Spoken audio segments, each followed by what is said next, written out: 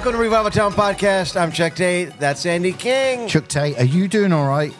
You know, I have a little bit of a cold. I know. I'm doing good, but I've struggled today. During the day, I mean, you came in all fired up this morning, really good, feeling great, and then as the day's gone on, you've gone pretty bad. Like, I don't know what's going on. I've gone pretty bad. Oh, I have a cold, and it's moved from my nose to my eye, and we have a. Wait. I mean, just that whole imagery of like your eye is now watering, like your nose. It's just it's just weird, but I will say this: this is an emotional episode, and it's a great conversation we have. You're going to love our guest today.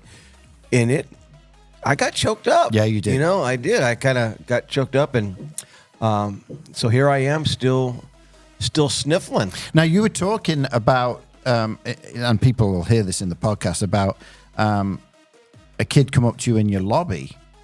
Don't look at me like that, like as if I'm going to lie or something. A kid came up to your lobby and asked for a high five. You and your church are going through a bit of a renovation throughout the building. Yeah, we are. Do you see how I did that? See how I did that? Yeah. Cool. Nice segue. Thank you, man. Good job. Yeah, tell us about it. Man, you're not no plonker. You ain't no plonker. I'm not gormless. Hey, at least I got it right last week. Hey. So, yes, we purchased our facility in 2009.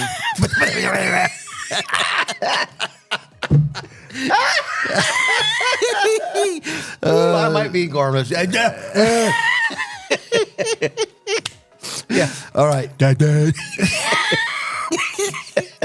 Sorry, everyone. So we purchased our facility in 2009. It's a great facility. It's a little bit smaller. And we have been doing some updates. We have a new sign. And now we are putting in a new floor in our sanctuary and a new floor in our older kids' room that has their own service. It's called Fuse. And we had raised some funds, and some people gave, and people doing the work knocked some price off to help meet our need, and it's just been remarkable. And so the church has been closed all week, which is one of the reasons why we're recording here at the Dream Center instead of the church. I mean, we go back and forth, but yeah, I think we try to keep it a little bit, with the location and everything, just try and make it fun for people if they're watching on YouTube. And right. I tell you what, if you're listening on just regular podcast platforms where you're not watching us, it might be worth 1 week just you watching us on YouTube. You get to see my snot rag. Because we do laugh a lot, and we you can see where we're doing this, and we got a few things coming up in the next month probably where we'll do an off-site location with some guests that we've had on before. That's all we're going to say. Yes. So it definitely does help being able to be a little bit versatile and go in places. But your church, you've done a lot. I mean, new sign. You told me you may be doing a parking lot, maybe? But not maybe. We're doing it as soon as the weather turns. We're heading out of winter into spring, and we've already raised the funds. And we're repaving our parking lot, restriping it. We have the new sign. Now we have the new floor. Yep. We're having new trim, new paint. We painted everything. New pastor. New pastor. Whatever it takes for God to increase His kingdom, to advance the kingdom. He knows best. No, it's been great. We have a great team. Yeah, we really do. I'm blessed by our staff and our leaders, our elders, our volunteers, everybody that comes together, and we have some more updates that we haven't even announced from the stage, but we're going to do some things in our lobby. And right. We have custom bathrooms as well. You've seen them. I tell you what, if you're ever in the Peoria area and you just want to see a really cool bathroom, go to Rock Church Bathrooms. You don't have to go to do the podcast in there. Yeah, don't go to the church service. Just go to the bathrooms. Because service is in the toilet. I mean that faster. But they're customized, and they're just really most they're people really unique. Whenever we have a guest, or we even bring in a band or things like that, a lot of times they're like, "Do you mind if we videotape your bathrooms?" And I'm like, yeah. As long as no one's in there, it's fine. So the guy's bathroom it's a drum theme. So the sink is actually in a real drum set. Yeah. And we have sticks along the walls, and we have cymbals on the ceiling. Yeah, cymbal. The entire, it's finished now. The entire ceiling is nothing but cymbals, and then the light fixtures are actual snare drums. Yeah. So anyway, it's cool. I remember his church's name is Rock Church. Right. That's why they're going with the drum theme and everything else. Right, like yeah. that. So anyway, but good stuff. God's do. We've seen some growth. Yep. We're expanding. By the time this airs, I can go ahead and say this. We are adding a Saturday service. Oh, May 4th. May the 4th be with you. Saturday strikes back. Oh, I see. Oh, what you did there. Yeah. So it's going to be cool. That's good. It's going to be cool. So we can, foster more needs. Brilliant. Well, today, I saw what I saw what you did there with that segue. Today, we're talking with Jami, who runs the Forgotten Initiative, which is based out of Bloomington, Illinois, which is about 45 minutes away. Right. But impacting the whole nation. With this thing. They have a huge following. They're making a huge impact. Yeah. She hosts a podcast, and this is an emotional episode. And I know it's going to be good. It's going to be good. Why don't you just sit back? Get some Kleenex. Get some Kleenex or a snot rag like I have. When you sit back and relax and enjoy this conversation with Jami. This podcast is part of the Edify Podcast Network. Edify is a faith-inspiring app that brings together thousands of the best Christian podcasts in one place for your listening enjoyment. Cut through the noise and grow your faith by diving into the world's top Christian podcasts today. Download the Edify app for free from the App Store or Google Play, or by going to edify.app. That's edifi.app.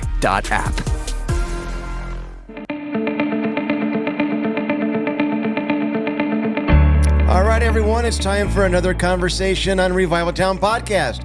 Our guest today, Jami Kaeb, is the executive director of the Forgotten Initiative, where she and her team work alongside dedicated advocates to connect local churches to foster care agencies. Jami and her husband, Clint, are parents of their 7 children, 5 through adoption. Jami, we can't wait to talk to you. Welcome to Revival Town. Thank you for having me. I'm so excited to be here. And this is great. We again, like last week's guest, are connected to you through Austin Savage, who was on just a few months back and said, you've got to get Jami on and what they're doing. And the great thing about this is you're not too far from us in Peoria. You're in Bloomington, which is about 45 minutes away. That's right. Right. Yep. Just down the road. You keep it local for this one, which is good, especially at the big 3 at the end. I think we could ask some real close local type of questions for those that are listening as well. So that's cool. So, yeah, I already have one. Oh, I'm ready to I'm nervous. go. I'm ready. ready. I won't even know it. Well, we're really excited to have you on, and obviously fostering adoption, that's a huge not just initiative for you, but an issue throughout the country. And so when Austin had told us about what you were doing, we thought, man, this is something that we haven't really touched on too much in the Revival Town world, but yet is so needed. But before we get into all of that, can you tell us a bit about who Jami is? Yeah.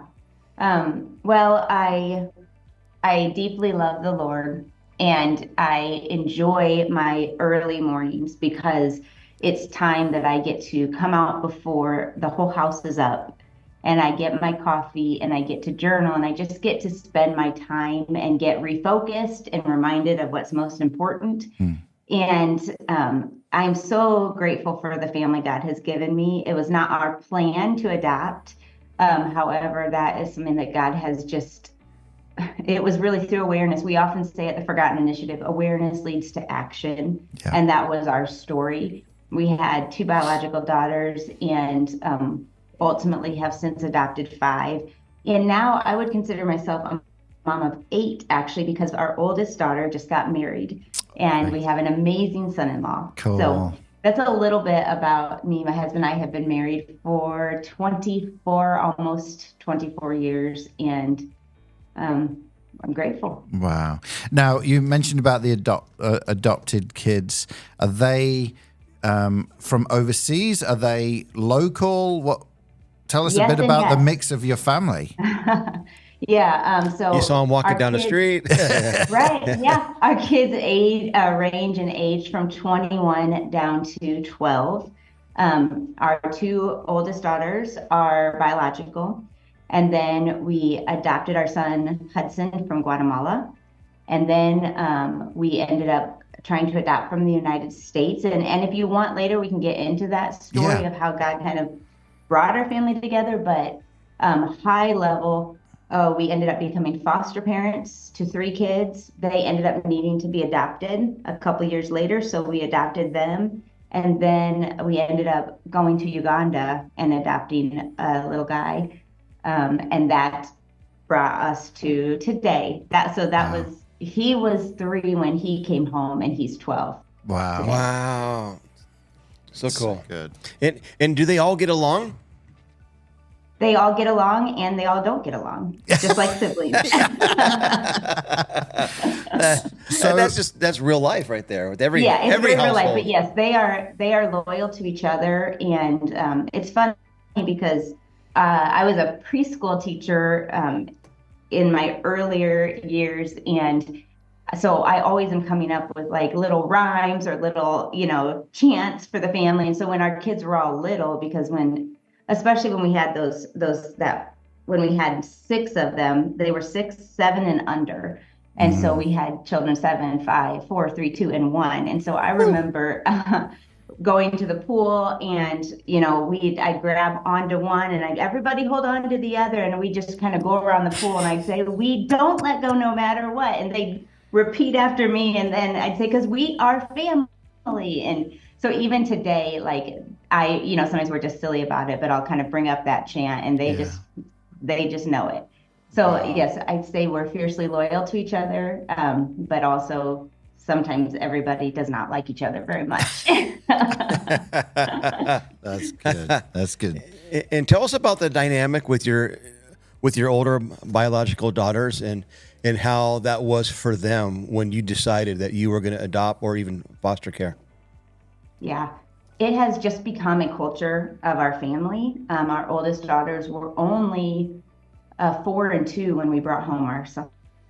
Okay. And so really it's all that they remember. And when we were actually pursuing adoption through the United States, and that didn't happen. And God taught us so much through that journey, but he also opened our eyes and really kind of gave us this idea that maybe it's not so much about bringing a child into our family. Maybe it's actually about bringing our family to a child or to another family. And that's when we really got into foster care. And our girls and our son were all on board when we jumped in there. And then even when we had all 6 and we were considering adopting again, we ended up getting a referral of a little girl, and that adoption actually failed.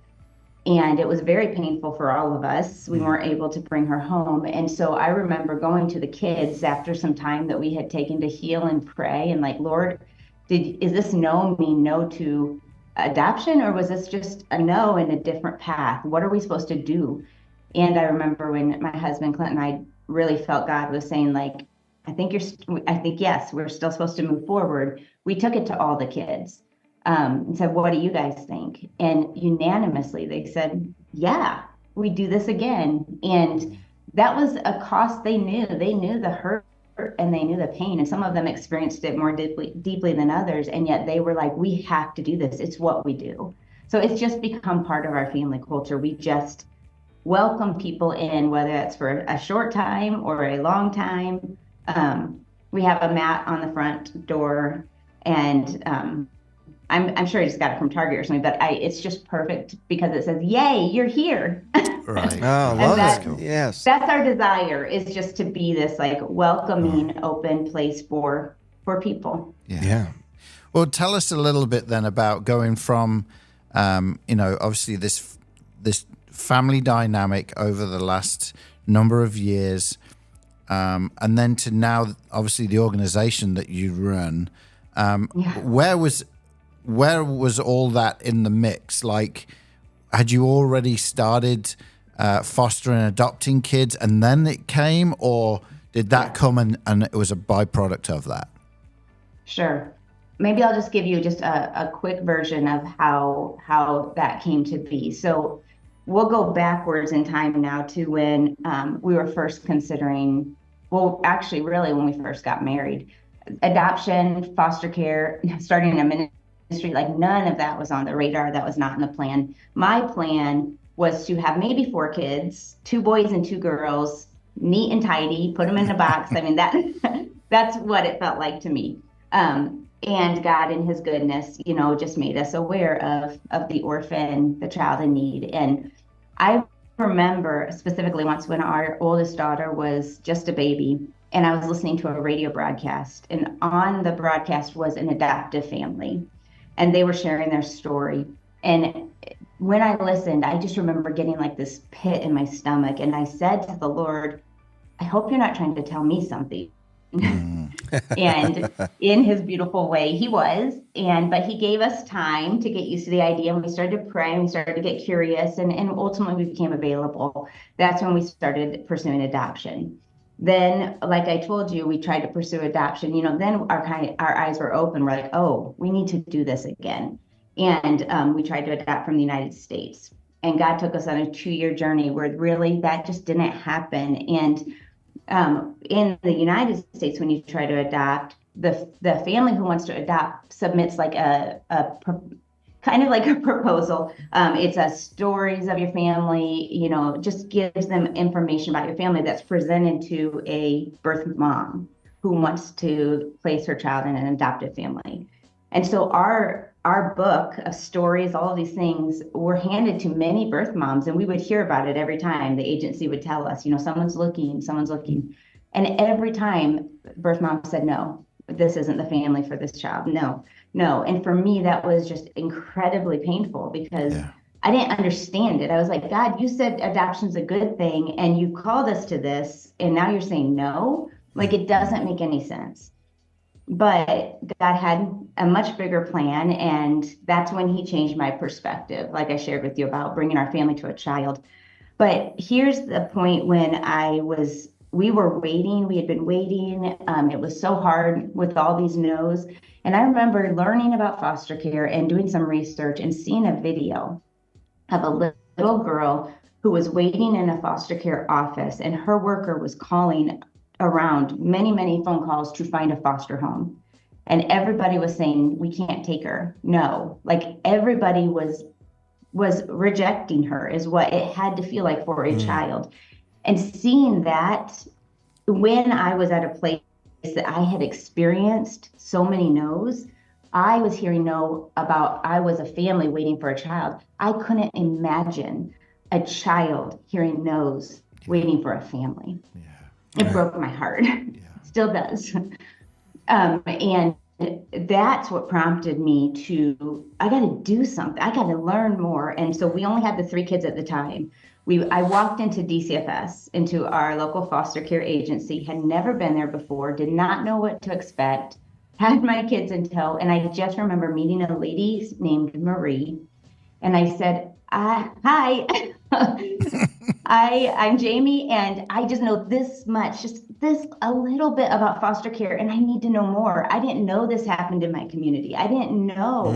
Can you help me understand? Can you help me know more? And she was just so gracious to kind of, walk me through some things. And one thing I'll never forget is she walked me into the hallway and into these rooms where kids will visit with their parents. So while they're in foster care, the goal of foster care is that they're going to be reunited with their parents. And so she showed me these rooms where kids will come and visit. And as I saw those rooms, my heart sunk again because I saw dirty white walls. I saw outdated Disney decals on the walls. I saw shelves filled with just kind of a mess of toys, but many that were broken, puzzle boxes that were torn. There was nothing there that said to a child or would have intuitively said, we're prepared for you. We've been thinking about you. You're safe here. not because the agency didn't care, but they didn't have the resources, the support, the time, even the mental energy to think about that.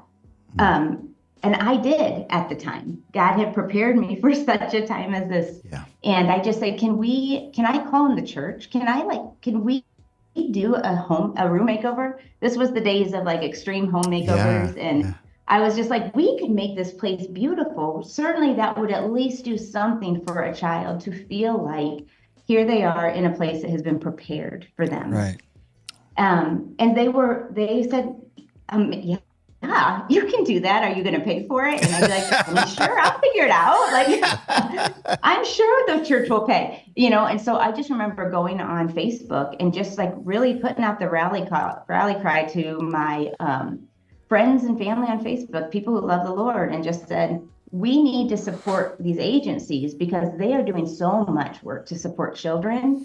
And by coming and doing this room, we can actually help kids too. Yeah. Right. And so it was just this incredible response. And we made these rooms into beautiful, warm, like living rooms, furniture, brand new paint on the walls, murals on the walls, brand new toys and shelves. And it was just like, now it felt like a home. And I learned such valuable lessons there. One was that the church really cares. They just don't always know how to help. Yeah. They don't always know that the need exists. Like, I didn't know that this existed until I walked into that agency or saw that video, walked into the agency and started to learn more. They needed someone to show them this exists and how you can help. Because so often if people do know about foster care, they might think, well, I can't be a foster parent, so there's really nothing to do. And that's just not true. The other thing I learned was the way the staff at the agency responded. They were just absolutely shocked that we were there. I would see people walk by shaking their head, just like, I can't believe you're here. Like, what are you doing? No one comes for us. No one does this. Yeah. Wow. And so the impact that made on those who are working in the field that feel so often like the bad guy, that are torn in so many directions, that are themselves struggling with compassion fatigue and burnout and secondary traumatic stress. Like, to have someone come in and say, we're here to lighten your burden too, and help you care for kids in a way you really want to, but just didn't have the ability to do because of the circumstances. And so that's ultimately, I realized there's this community that needs support. And there's this community that has support to offer, but they just don't know each other. All they need is a connector. They need someone who knows both, who can, in a sense, be a translator, who can speak church and who can speak agency, and who can bring them together in meaningful relationship. Yeah, so that's what I started to do. Yeah, let me just share something that you mentioned that I just want to pause on a little bit, and it's this relationship between an agency and a secular agency, right? A lot of non-Christians are working within that world, and the church and how we respond. Many years ago, and Chuck knows this story, but about 6-7 years ago, I was helping set up dream centers down in Tennessee, in Nashville area, working through a church, Cross Point Church down there, and their whole goal was to have dream centers at every campus. So at that time they had 7 campuses. Their aim was 20 in 20 years, and every campus would have a dream center. And what dream center is really finding the need of that community. So really every dream center should look completely different from another one. And so I remember there was one campus that we were at just outside of Nashville, and the need within that community was for foster care and adoption. And so they converted about half of their church space, quarter of their church space, into a facility where when a social worker would go into a home and would have to pull a child out quickly, they would then call the church, and this is how the connection worked between church and the agency. And the church would then let the volunteers know there's a kid on the way. And within the facility, there was a a room with like bunk beds. There was a playroom. It was very fun, vibrant. And then there was an office space that we had created for the social worker. And what we found out was a lot of these kids sometimes, and this happens in Peoria. This, we work at the Dream Center, work very closely with DCSF and kids that are being pulled out of dangerous situations. But if a home isn't found, some of these kids are sleeping on the floor of the social worker's office for days. And this was happening in Nashville. And so Crosspoint said, okay, that's a need, right? That's a need within our community that we can address, and will bring dignity to it, not only to the kid, but also to the social worker. It took the weight off the social worker, and then volunteers around the clock would be there to play with the kid, or kids, depending on how many. And they said, when they opened it, they said, well, we're expecting, probably we'll use this 5 to 10 times a month, and in the first month there was 38 kids that went through that place. Wow. And so, it's one of those things where you talked about the bridge between the church and a need within a community.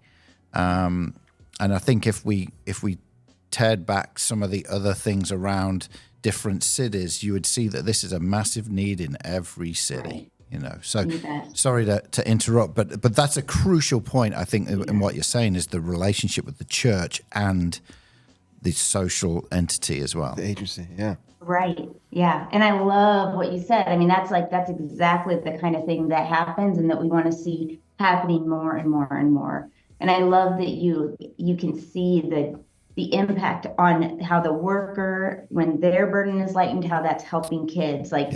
It's, it's leaders, developing leaders. It's well cared for people, care well for people. It's just this multiplication impact. We all have heard the same, hurt people. Yeah. We're turning that narrative on its head and saying, well, okay, but how about well cared for people? They can also care well for people. And so that's what we are trying to do. We try to care well for our leaders in these communities, who then care well for workers through the church, who care well for kids. Yeah. We're just all trying to play our small role for the bigger picture. Wow. Love it. So you obviously get this ball rolling. You have seen this need now. Now you've got to be like, God's given you this burden for these kids and also for the adults that are working with them. Mm-hmm. What is the first step that you have to now do to move into this God-given plan, so to speak, in front of you? Yeah, it's so funny because to see where TFI has come today. I mean, we're now serving in 50 communities, serving leaders in 50 communities who are connecting churches with the agencies there.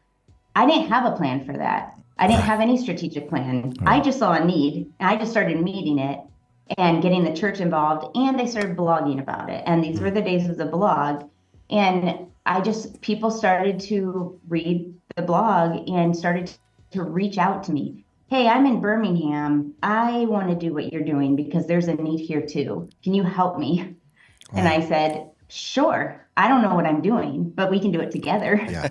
And someone down the road, Champaign, a little bit further away, said the same thing. And just over time, people have just come and said, I see what you're doing. The need is here. Can you help me? Mm-hmm. And that's really what we're just trying to do. And so as God started to bring people along and we just started doing it together, I slowly started to realize I need help to be able to do this. And so I started to be able to build a team. And now we have a national team, a staff of 10, and we're serving our leaders. We call them advocates. They're those who stand in the gap, who bridge the gap between the church and the agency. We train them on how to build these relationships. We support them with coaching. They all are connected to a coach, an ongoing coaching. They get community in the sense that we are connecting them to the rest of our advocates. We have an annual retreat that we bring them to pour into them, to love on them, to cheer them on for the next ministry year. We're providing professional resources because of we're a 501c3. People can actually donate to their community, and we say 100% money that is given local stays local.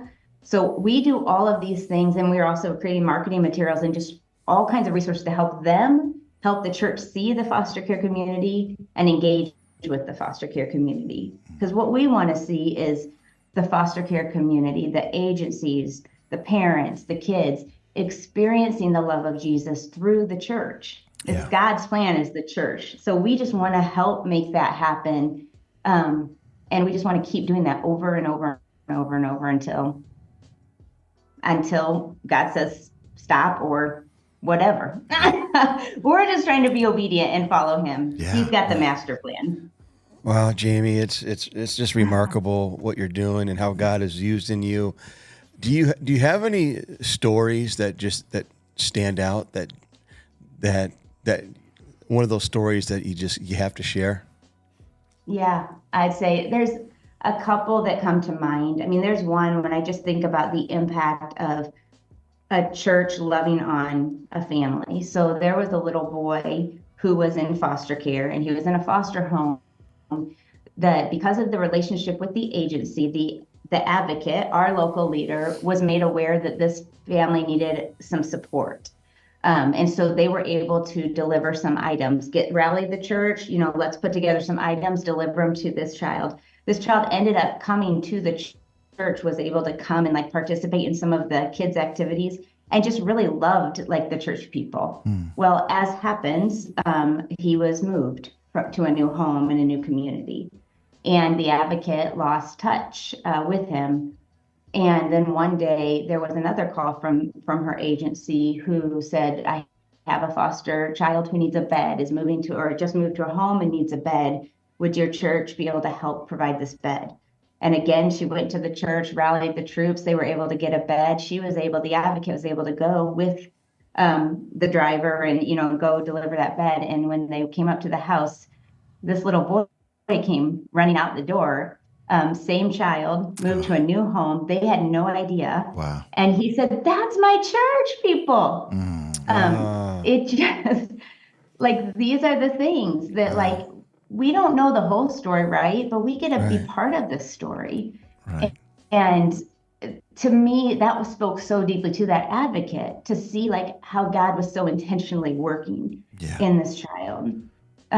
One more that comes to mind, our team actually just recently went to record in Kentucky and kind of a situation where one of our advocates is, and they were able to record the advocate, a pastor of the church, an agency worker, and some volunteers, and just kind of see what, share what happens out in the wild, you could say, with our model. And this situation was, there was a 13-year-old girl in foster care who was, like you talked about, sleeping in the agency because there was no home.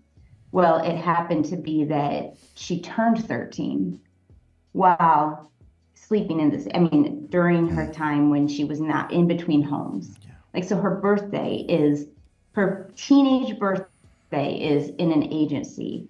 And this worker was just devastated for her, but she didn't have time or energy to know how to do anything special for this girl. So she called on our advocate and said, this is the situation. Is there anything you can do? And our advocates jumped into gear and rallied the troops and together was able to actually bring in a group of other 13-year-old girls who wanted to come. It makes me cry. Oh, man. They wanted to come and celebrate this little girl as a peer. And so they got to interview the little girls, and their experience, they're forever changed. This young girl was so grateful. This was crazy for her. They had glow sticks and they had gifts, and they were just had a party on a day that could have been so devastating. And that's what I love about what we get to do is we're not out there just, quote, changing the foster care community. The foster care community is changing the church. Yes. Yeah. Because we all are recognizing our deep need for Jesus and that he's the one who gives hope. So these are the things we get to see happen. Yeah. Yeah, some of our most tender moments around here at the Dream Center is, our core values are dignity, compassion, and purpose. And the dignity part drives a lot of what we do. And some of the tender moments is when we see volunteers and even staff that are doing birthdays on our homeless shelter, when there's kids that they're sleeping in a homeless shelter on their birthday. And yet, they'll bring in cakes and they'll throw a party from, and, a lot of things happen at the Dream Center where you see another side of humanity, which is good, right? The volunteer, the staff. I mean, just 2 weeks ago, I don't think I told Chuck this, we had our first birth in the Dream Center. Oh, wow. You did tell me that. So we have the homeless shelter, and then we have 21 apartments where folks can transition from homelessness into an apartment with casework management and counselors. And that's where a lot of the work happens. 97% never go back to homelessness once they've gone through the village. It's called the village. And one of these gals, she was pregnant, and she turned to her husband and was like, I don't think I'm going to make it to the hospital. And the next thing that we see is the paramedics coming in and taking a baby with her to the hospital. She didn't make it. But there was volunteers, there was staff that were rallying around at that time in the night, especially our staff really stepped up because, this was the first time this had happened. But it's one of those things where it could be, a homeless shelter, kids that are waiting for a place to go. It could be a dark time, but yet volunteers and staff can literally make or break that situation. And this is brilliant what you're doing. Any advice for someone out there, perhaps who has been on the fence? Obviously, you've done this personally, not just as an organization, but personally. But on the fence of is God telling me to start fostering or adopting? Can you just give a bit of advice into that world? Yeah. Well, first of all, I think if you're thinking and asking that question, then go to the Lord and just keep asking and maybe take the next step. There's a long process to get from, I think I might adopt or foster, to a child in your home. And so whenever I don't know what to do and, it hasn't been explicitly laid out in the Bible, although we could argue that adopting and fostering and caring for kids has been explicitly laid out in the Bible, but we do know that not everyone is called to bring them into their homes. But just take the next step and say, Lord, open or close the doors and keep walking. And if he closes the doors, then follow where he goes. And if he opens the doors, then just keep walking through the doors. That's my advice. I would say adoption and foster care, you can expect the unexpected. That's the one thing you can know will be certain is what you think will happen won't, and what you don't think will. And it's going to draw you closer to the Lord in probably ways than maybe you ever experienced. And it's not easy. And it is so worth it. Yeah. And my life has forever been changed by my children. And I am so grateful. I can't even imagine my life without them. Yeah. Wow. One of my friends, he's been on the podcast. His name is Malachi O'Brien, Dr. Malachi O'Brien. They call him Dr. Run. And he unofficially set the Guinness World Book of Record a little over a year ago for running the most daily consecutive marathons, not just a marathon every day for months. And it was all to raise awareness for adoption. And he has multiple adopted kids and his fostered kids and the whole thing. And his whole thing is making people aware, and making people aware in the forgotten of initiatives. There are children out there that have been forgotten about. And Pastors like myself need to step in and help. And we have a number of families in our church that foster. And just a week ago, I was in our lobby, and a kid came up to me and high-fived me. And I just thought how important it was for this family in our church to love her and her siblings. And there's biological, and then she has actual siblings that they fostered, and now they've adopted all of them, and now they're part of this family. But there's so many more out there that need just that. Yeah. In fact, we know that over 200,000 children enter foster care every year. Wow. Well, my cousin, him and his wife are unable to have children of their own, and they have been on a lengthy journey and a really just up and down roller coaster of adopting a newborn baby. And both times the mother went AWOL and changed her mind right at the last moment. And it's just been heartbreaking for me to watch. And actually ran into him at Soup and Soul, an event at the Dream Center just a couple of days ago. And they were prepared to meet a 9-year-old who was fostered.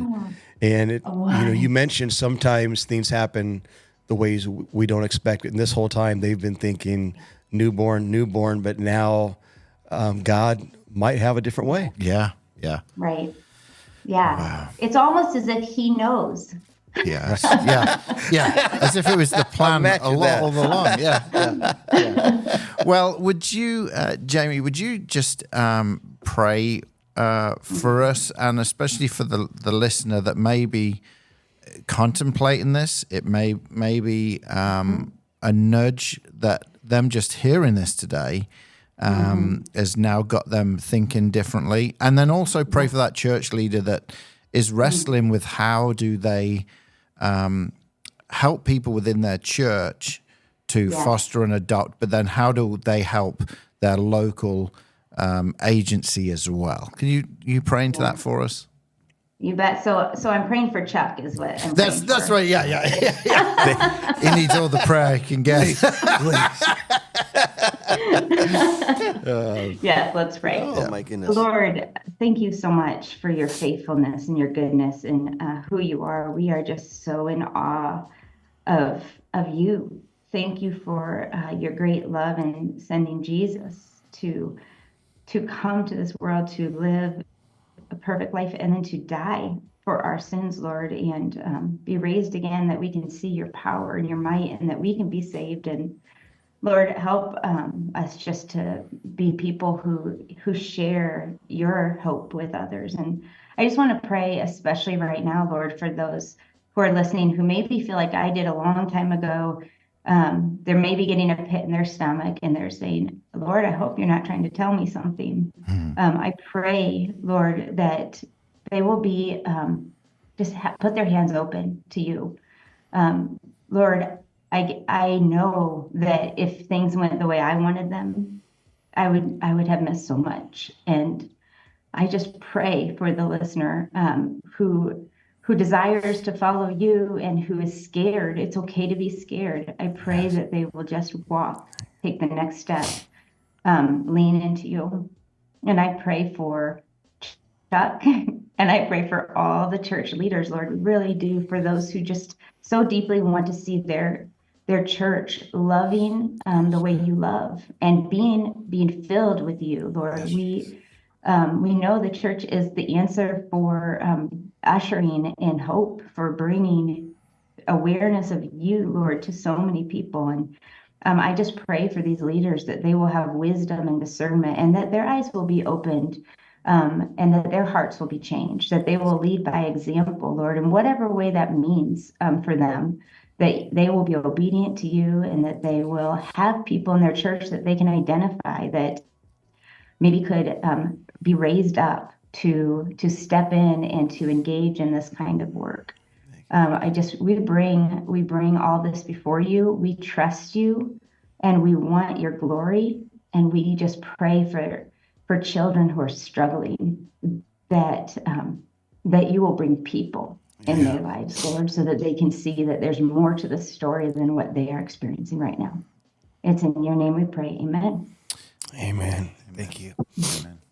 Well, And Chuck, I do want to say, I'm sorry. Now I'm taking over, Andy. oh, that's good. That's fine. No, that's fine.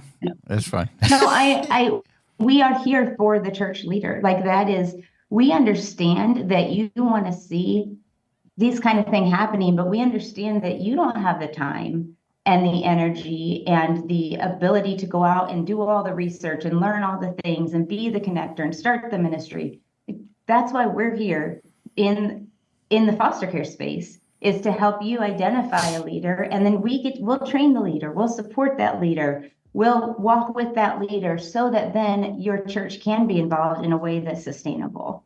So that's what we do. We're here for the church. Well, thank you. And thank you for all I do. And I went to your Instagram page a little bit ago and noticed right away that there are a couple of different families from our church that follow you guys, and they both foster children. And I just think it's cool that you are having impacts. Thank you for all you do. Yeah. Yeah. Well, we know people are going to want to get connected to you and to what you do. What is the best way for folks to be able to follow, get in touch, get training, all of that? Yeah. What's the best way? Yeah. So the best way is probably to start with the website, because that's going to kind of be your big picture. Here's who we are. Here's what we offer. Here's what we do. That's theforgotteninitiative.org. But we also are on Instagram. We're also on Facebook. We have our podcast, also the Forgotten Podcast. And there you're just going to we're sharing the stories of the foster care community. So I get to interview, just like you guys are interviewing me, I get to interview workers or parents or kids who are now adults that grew up in foster care. So it's just this cool, I have learned so much from hearing these stories. And so these are some ways you can get involved. We will bring on new advocates. We're going to open applications 3 times a year. In the month of February, the applications are open. Then they will be closed for a period of 3 months training for those we brought in. Then we'll have another time and another time later in the year. So, but even if you're interested in becoming an advocate or identify an advocate, you can go click on Make a Difference, and you can just sign up to be notified when applications open. So the advocate is the connector from the church to the people in the church that are fostering, or to the agency, or to both? Really to both. It's not just to the people who are fostering, it's really to the church at large and the agency. Okay. So that advocate is really that stander and the one who stands in the gap to help get these groups connected. Brilliant. Great. And you guys on social media as well? Yeah. So Instagram, Facebook. Okay, YouTube. Great. Brilliant. Well, thank you so much for being on. The last thing that we always do on the podcast is the big 3. 3 questions that may have something to do with the conversation, may not, but everything to do with getting to know you. So, Chuck. It's your turn to start. My turn to start. Okay, here we go. So obviously, as you know, now it's nice right now, but Central Illinois can get pretty nasty in the winter, right? So where is the place for you to go to get away from the snow? I like to go to Florida. Oh, a lot of people like Florida. My parents. You've never been? Did you? Oh yeah, I've been plenty times. Yeah. Okay. No, my parents have a condo there, so we call it a free vacation. Oh, nice. So we get to go and just enjoy. And we're actually getting ready to go in just a month. There you go. Oh yeah, we went for spring break last year. So wonderful. Love it. All right. So my question: you're obviously in the Bloomington Normal area. We're in the Peoria area, and this is being recorded on a Friday. It'll go live Monday, but tomorrow night is something called the War on 74, where Bradley plays Illinois State, and you might not be into college basketball or not, but I just got to know, do you lean towards Bradley or Illinois State? Well, I actually lean towards Purdue. Oh, okay. And I'll tell you why. Okay. Is because my son-in-law goes to Purdue. Okay, So okay, all right. He's the player on the team, which he's actually not on the team, but He's the reason I like Purdue. Okay, all I'm right. not much of a basketball fan. All right. Last question. If you weren't doing what you're doing now, what would it be? Probably just I love what I'm doing now, so I love to coach and encourage. I love to encourage people, so I'd probably just be figuring out ways to encourage people in other ways. Brilliant. Yeah, Great. that's just what brings me joy. Yeah. Is talking to people, hearing stories. Yeah. That's great. That's great. Well, we thank you for coming on to Revival Town today and encouraging a lot of people who are listening. Absolutely. And we will be following your journey closely. Obviously, with what you're doing, the great thing about it is it's connected to people within the church, and we obviously talk to a lot of people within the churches. So thank you for what you do, and keep doing what you're doing. We deeply appreciate it. Thank you. Yeah. Thank you, Jamie. Great stuff. Oh, it was good, wasn't it? Yes. Yeah. Again, thank you, Jamie, for coming on Revival Town. Love what you're doing, the impact that she's making. It's really, and it's such what an important ministry. It is, and it's one of those ministries, and I think everyone hears about the global adoption stuff, right? You've got your artists that talk about it at the concerts. You got everything, but I think one of the areas that sometimes the church forgets is local fostering and adoption. Right. We're focused on we've got to impact the world, and we forget the world is right outside our doorstep. Right. I mean, we've all been to the concerts and where they're going to drive Compassion International and similar type of missions ministries where you're going to support children's overseas. But the reality is there's a huge need in our own nation. Well, she said 200,000 go into care every year in America. 200,000. So yeah, there's a huge need for sure. Yeah, I watched a video. I almost brought this up during the episode. I watched a video, and I'm sure a lot of people have seen this one or similar ones that have gone viral. And I watched this video of this foster boy who got adopted. In his entire life, he had never had a birthday cake, never a party, never a cake. And he got home from school, and the family was present, and then they walked around the corner with a huge birthday cake with candles, and they started singing, and he lost it. He started weeping, and he ran to his new mom and grabbed her and was crying and hugging her. And it's like, man. Okay, yes. Yeah, sometimes we take things for granted. Oh, yeah. Yeah, it was I talked about the kid up on the homeless shelter floor that had the birthday on the homeless shelter floor. I remember, I think it was last year, maybe the year before, there was another child up there. I say child, he was probably 10 67. Probably 10 or 11. Yeah. And his birthday wish was to have Chinese meal. Oh. And so we're like, we can get a Chinese can make meal. that happen. We have this what Chinese guy? No, we have this thing called Above and Beyond at the Dream Center. Yeah. That all of our staff know about. Right. And it's, say for instance, they see a need within their ministry, right? And it would be like a under $50 type thing, right? Yep. Then they can fill out a form, and I get to see it, and they're like, hey, we want it, and this is what happened with this. It's this kid's 10 or 11 year birthday. He wants a Chinese meal. Can we use our Above and Beyond fund? So the Dream Center has this fund, and we can do special things like that. And I was like, oh, come on, that's Above and Beyond big time. Wow, that is really cool. Yeah, so things special. like that happen, but just a Chinese meal. Yes, Because he's... And we were let me just say, by the way, my Yeah. brother-in-law is Chinese, so when I mentioned, like a Chinese guy, I everybody knows I'm joking around. So I'm insensitive you are. Yeah. So, anyway, No. I love you, Eddie. Yeah. So that's, sometimes it's a small thing that can make a kid or an adult's day. You know what I mean? Yep. So, but you know what's next? don't I'm you? ready for this because I'm on a new streak. What, 1 in 8? That's a real streak. It's a streak. Hey, you know what?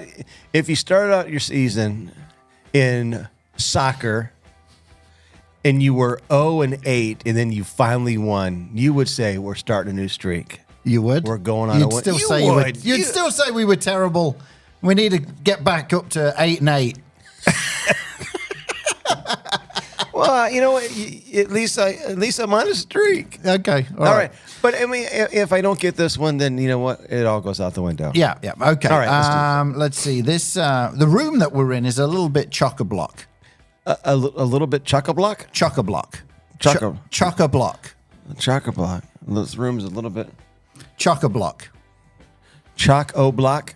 Chock-a-block. Chock-a-block. Yeah. Chock-a-block. Okay. It doesn't really matter. O or A, whichever. Okay, so if you're joining us for the first time, this is a little segment called Tate is Mate, where I am Tate, Andy is mate, and he has to give me a British word, as he's from the UK, something that is familiar there, not here, and I have to guess it. Yeah. So chock-a-block is the word, Yeah. or rhyming Cockney slang, right? ooh, So I'm going to go with, this room is chock-a-block. I'm going to say unfinished. No, that would not be it. No. Okay. I'm going to go with. Also, let me just say, there's a lot of. There can be a lot of houses and garages that are chock-a-block. Now, for those of you that are unfamiliar with any terms in the UK, a garage is a garage. Garage. A garage. The American way. A garage. Yeah, the garage. Yeah. So you were talking earlier about, the weather's turning. We're going to have to get out our boats. What are they called? I can't even think. What are you on about? What? Were we talking about this? Yeah, at lunch. You said we're going to have to get the kayaks out. Oh, yeah. Kayaks. Yeah. And mine is buried in my garage. In your garage. In my garage. Yeah. Because yours is chock-a-block. Because, messy? Yeah, I'm going to give it to you. So, we're at the Dream Center, and this is going to be in a really, really cool recording studio, but it's not finished yet. It's still under construction. In fact, it's part of your friend's fault. Okay. Jason has brought his band are practicing in this room tonight. Oh, really? And that's why there's all this gear in here. Oh, that's right, because they were supposed to practice at our church, but our church is chock-a-block right now because we've been the new floor. You know what? Let's everyone see it, okay? Keep talking. Okay. Andy is moving around. He is getting the camera, and he is going to show you. He's going to give you a little glimpse of what is happening at the Dream Center. This is going to be a really cool initiative to serve young people and to teach them how to run sound, perhaps how to do their own podcast. There are little studios for musicians to set up and play. I mean, this is going to be honestly, it's going to be an incredible recording studio. And now you had an opportunity to see. Thanks, mate.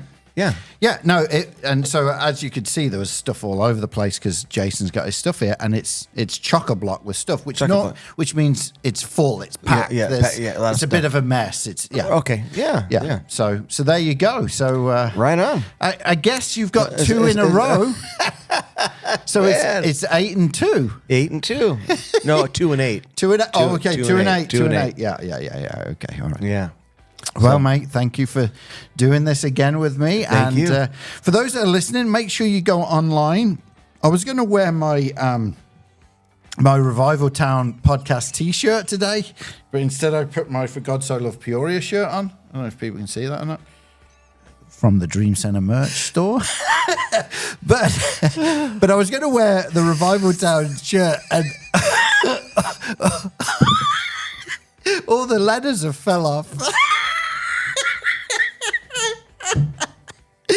So I've got to buy a new one. It just cracks me up.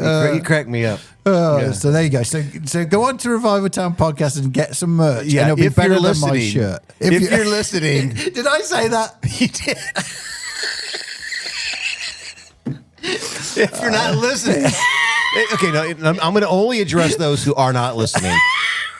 If you are not listening, your mind is chock-a-block. Sorry. Good stuff. Sorry. Yeah. All right, go to revivaltownpodcast.com and click on the merch store and get a new T-shirt. That's what I'm saying. Yes. And yes. send us a picture of you wearing it. Yes. All right, come on. Please, come on. All right. That's it, mate. All right. We'll see you next time. See you next week. See you next week. Thanks for listening, everyone. Thank you. Bye. Bye-bye. Thank you for listening to this episode of Revival Town Podcast. Make sure you're following us on social media and remember to subscribe wherever you listen to podcasts. For more information, head on over to revivaltownpodcast.com.